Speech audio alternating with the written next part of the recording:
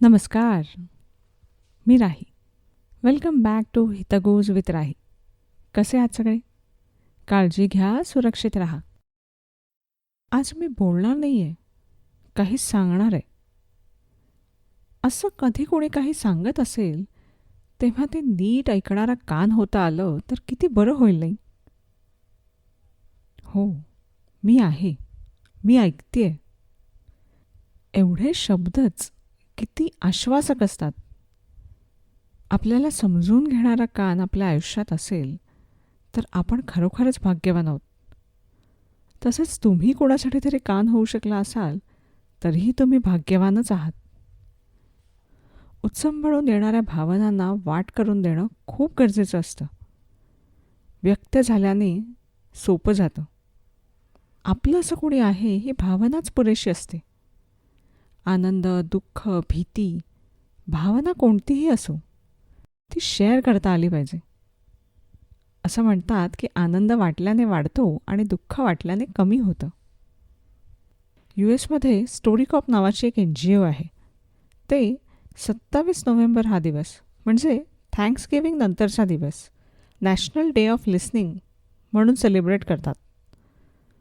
थँक्सगिव्हिंगच्या निमित्ताने आप्तेष्टांच्या भेटीगाठी होतात, मनमोकळं बोलणं होतं. तेव्हा US कोणत्याही स्टेटमधला माणूस आपली गोष्ट रेकॉर्ड करून पाठवू शकतो. तो सगळा डेटा ऑन वेब अवेलेबल असतो सगळ्यांसाठी. कसं असतं ना, प्रत्येकाची आपली अशी एक गोष्ट असते. कधीतरी खूप युनिक, जगावेगळी असते. तर कधी आपल्याला ती जगावेगळी वाटत असली तरी अगदी कॉमन 4 चौघांसारखीच असते. खूपदा खूप पर्सनल वाटणारी गोष्टच खूप कॉमन असते. आणि मग ग्लोबल प्लॅटफॉर्मवर शेअर केल्यावर हे माझ्याच बाबतीत का घडावं हा प्रश्न पुसट होतो. आपल्यासारखे अनेक आहेत ही जाणीव त्या प्रश्नाशी 2 हात करण्याचं बळ देते. कधीकधी आपली गोष्ट खरंच खूप इन्स्पायरिंग असते. आपल्या आयुष्याची गोष्ट पुढच्या पिढीपर्यंत पोहोचवणं म्हणजे जगण्यातनं आलेल्या शहाणपणाची शिदोरी पुढील पिढीला हस्तांतरित करण्यासारखं आहे. हे ऐकणं, सांगणं म्हणजेच भीतीला पळवून लावून उद्याची आशा पल्लवित करणं आहे.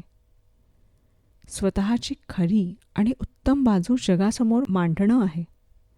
कुणीच स्वतःला एकटं न समजता जगाशी जोडलं जाणं आहे. Let's stay connected and less alone. No one feel unheard. कुणालाच वाटू नये की माझं ऐकायला कुणीच नाही. नुसतं बोलून रीत होणं खूप सुंदर आहे. हे बोलणं, हे वेंटिंग खूप महत्त्वाचं असतं. जर धरणाच्या साठलेल्या पाण्याला आउटलेट नसतील तर पाण्याचा प्रेशर सहन न होऊन धरण फुटून जाईल. माणसाच्या मनाचंही असंच असतं. सगळं कोंडून ठेवलं तर फुटून जाऊ असं वाटू लागतं. म्हणून हे बोलणं महत्त्वाचं असतं. हे वेंटिंग महत्त्वाचं असतं. पण त्यासाठी आपल्याजवळ ऐकणारा एक कान हवा, जो सल्ले न देता, जजमेंटल न होता फक्त ऐकेल. जमलंच तर आपला मार्ग आपण शोधायला आपल्याला मदत करेल. आपल्या गरजेला आपल्यासाठी कोणी कान बनत असेल तर तसंच आपणही कुणासाठी तरी कान बनावं ही आपली जबाबदारी आहे. पण असं कान बनणं सोपं नक्कीच नाही. ऐकणारा कान हा ह्युमन डस्टबिन बनतोय या गोष्टीची जाणीव दोघांनीही ठेवायला हवी. बोलणाऱ्याने बोलून मोकळं होणं आणि कोळसा उगाळत राहणं यात फरक आहे. तो लक्षात घ्यायलाच हवा.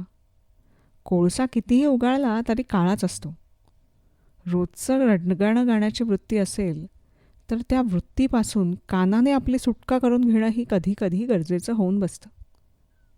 After all, you cannot afford to be a human dustbin. म्हणून म्हटलं, कान बनणं हे जबाबदारीचं काम आहे. ऐकलेली गोष्ट डाव्या कानाची उजव्या कानाला कळू न देणं हे महत्त्वाचं असतं. सिक्रेसी जपावी लागते. कारण ऐकलेलं गुपित हे आपलं गुपित नसतं. ऐकलेली गोष्ट ही आपली गोष्ट नसते. त्यामुळे आपल्या तोंडून ती इतर कोणाला सांगितली जाणार नाही याचं भान ठेवावंच लागतं. पण म्हणजे उगाचच आपण कोणी खास आहोत, विश्वासार्ह आहोत असं वाटून घेण्यालाही फारसा अर्थ नसतो.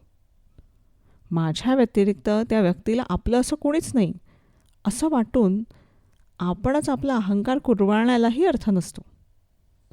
खरं तर समोरचा तुंबलेला असतो आणि त्याला मोकळं व्हायचं असतं इतकंच. ती जागा, तो कान फार महत्त्वाचा नसतोच. ती वेळ मात्र खूप महत्त्वाची असते. ती वेळ साधण्यासाठी जर आपला स्पिरिच्युअल कनेक्ट स्ट्रॉंग असेल ना, तर जिथे तिथे कान शोधत हिंडावंच लागत नाही. जनाईची हाक तिच्या विठुमाऊलीपर्यंत सहज पोचते आणि मदतीचा हात तिच्यापर्यंत. ती नाळ जोडली राहू द्यावी लागते. मग सगळंच सहज, सोपं आणि सुंदर होतं. थँक्यू.